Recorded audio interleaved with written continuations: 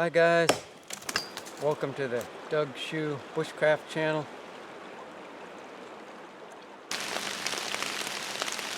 The topic today is getting the fire going in the driving rain using flint and steel. Is it possible? Yes, very possible. In a lot of different ways, but I'll try to show you just a few tips and tricks. It's been raining for days, so the woods are soaked. Everything's soaked. But this large granite boulder overhangs a little bit. Right there is very dry, tinder dry. So I'm going to try to protect my camera. I'll cozy up to the boulder, try to record this. Alright, let's try that. I have a poncho draped over the camera. I could drape a poncho here, but I'm not going to. Just to show you, without a poncho, you can get a fire started even with flint and steel.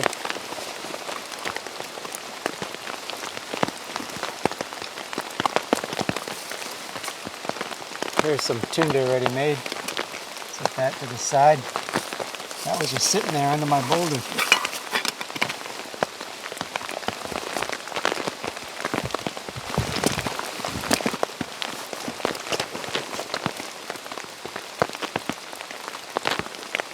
Set this flat rock here, and that's just so when my fire is trying to get started, that not continuing to suck water out of the ground, because fires are hot, of course, the heat rises, and as the gases rise, you're pulling things out of the ground, so I don't want to do that.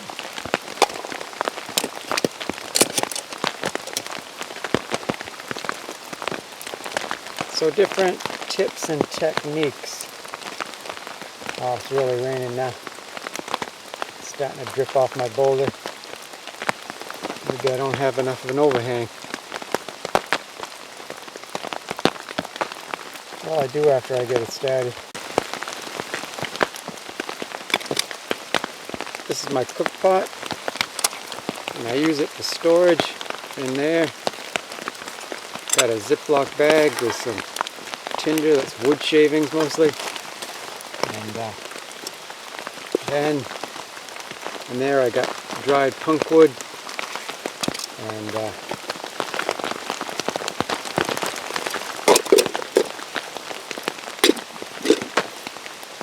I have this tin of charred punk wood. Yeah, it's difficult to explain in the rain. And this is another tin. I'll set that to the side. It's just more charred punk wood.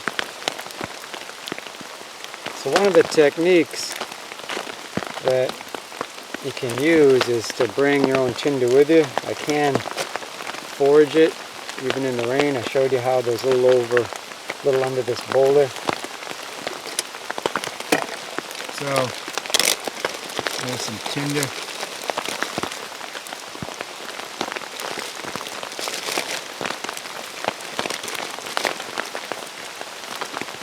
There we are.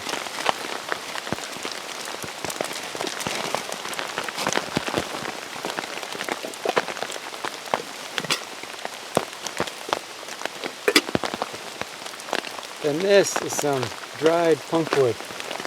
Not charred, just dried. I'm having it in my house. If you have a dry shelter or cabin, something like that.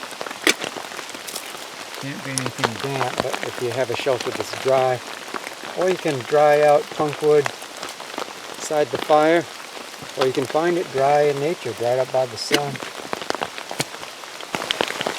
So the rain's cooperating by picking up. It's really pouring now. I'm going to have to just try to do this, and hopefully the video recording comes out, because I can't get my charred punk wood soaked. So I'm going to have to try to shield it with my body, as I have it kind of close to the boulder. Just try to make it happen.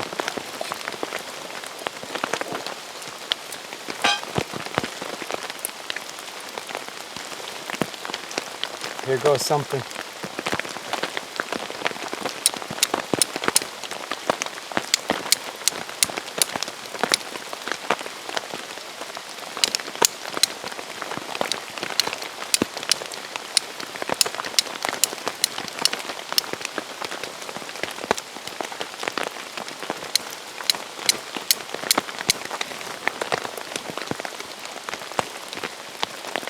Something glowing in there.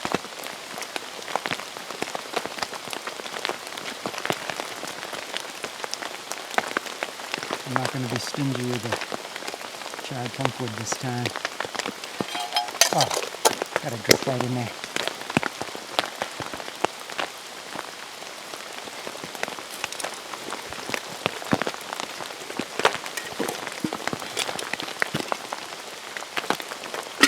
The technique I'm trying to demonstrate is without a tinder bundle. What I'm using is dry punkwood, not the bird's nest, I mean.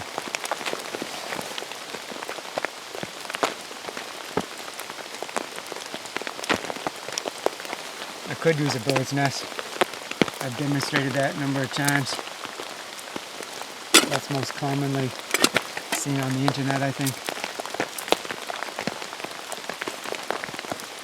So I'm just showing you something different technique. Dried punkwood.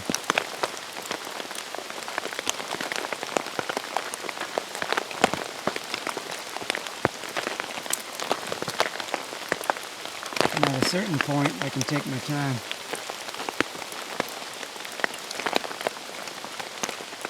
This is the tinder that was already there. It's under this boulder.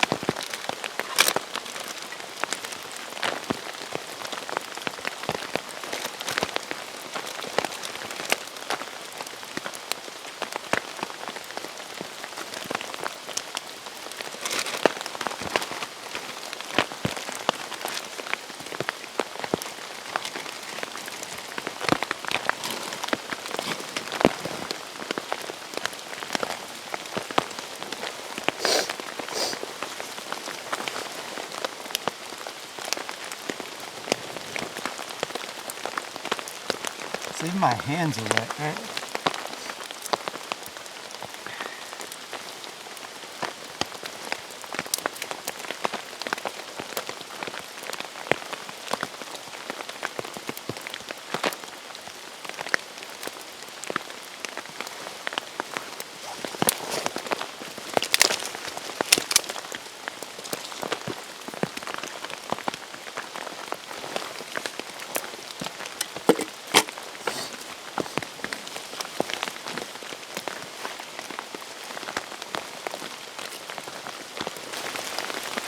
Now let's see if I can dry some sticks out.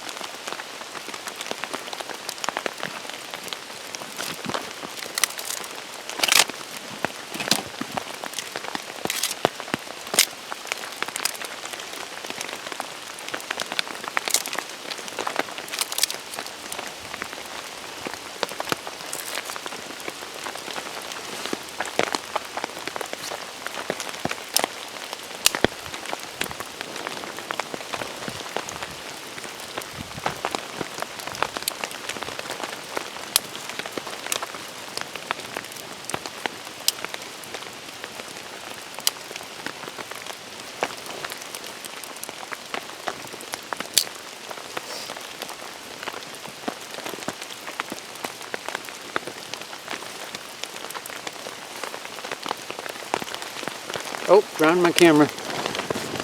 Oh man. There.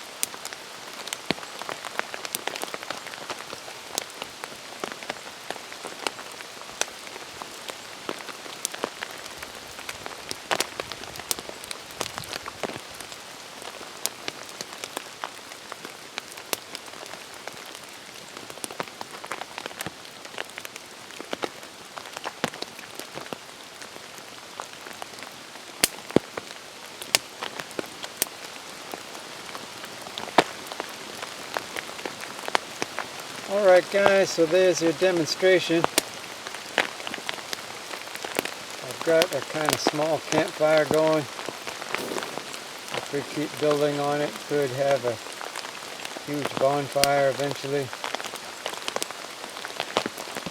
But just the demonstration is, the bigger it gets, the less it cares about the rain.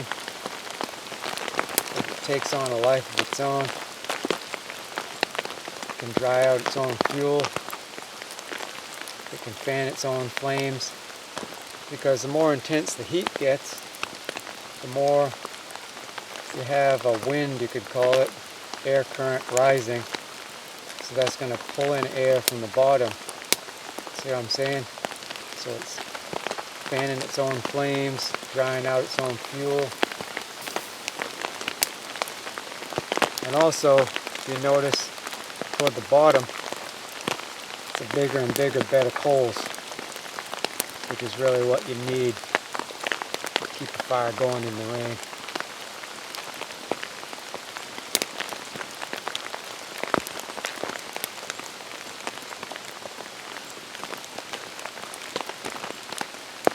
I'm kind of pushing my luck with my camera equipment. Don't want to drown it out too much. So I'm going to be signing off. Thank you for joining me. I'll be back with another video as soon as I can.